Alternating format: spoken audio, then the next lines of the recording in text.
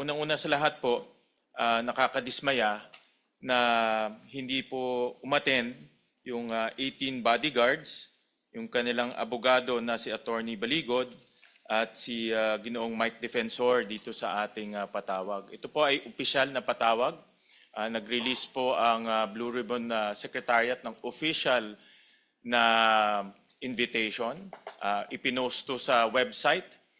Itong ating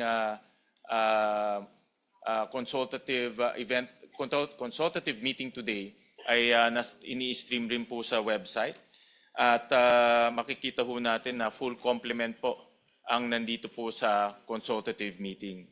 At nakakadismaya po dahil kung alam ng mga invited guests, particularly po yung 18 bodyguards, na sa loob ng kanilang puso ay alam nila ang katotohanan, dapat pumunta ho sila dito para ipamahagi at i-share sa ating lahat ang katotohanan. Hindi ho pwedeng pumili kung saan sila pupunta at magsalita.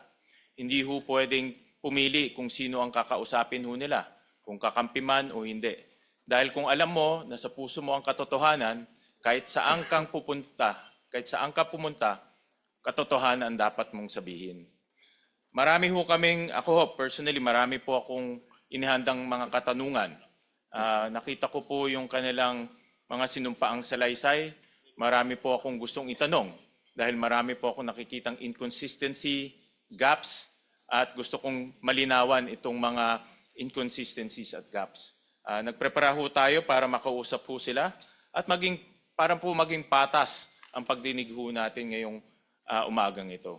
Pero sa ganitong sitwasyon, ako po personal na nadidismaya dahil hindi ho tayo nagkaroon ngayon ng pagkakataon para matanong sila at lalong klaruhin yung mga kanilang isinasabi itong mga nakaraang mga panahon. Sa alam ko marami ho silang inikutan na iba't ibang venue para magsalita. Pero ito po yung pinakamahalagang venue para po ilahad ang katotohanan. So sa ganitong punto, ako po ay nagpapasalamat po sa ating chairman sa kanyang paghahanda dito sa ating aktibidad ngayong araw na ito. At nagpapasalamat po ako sa lahat ng ating mga kasamahan dahil nagbigay ho sila ng oras at naghanda sila, no, para harapin po itong mga 18 bodyguards na marami pong sinasabi tungkol po sa iba't iba pong mga personalidad. Maraming salamat po.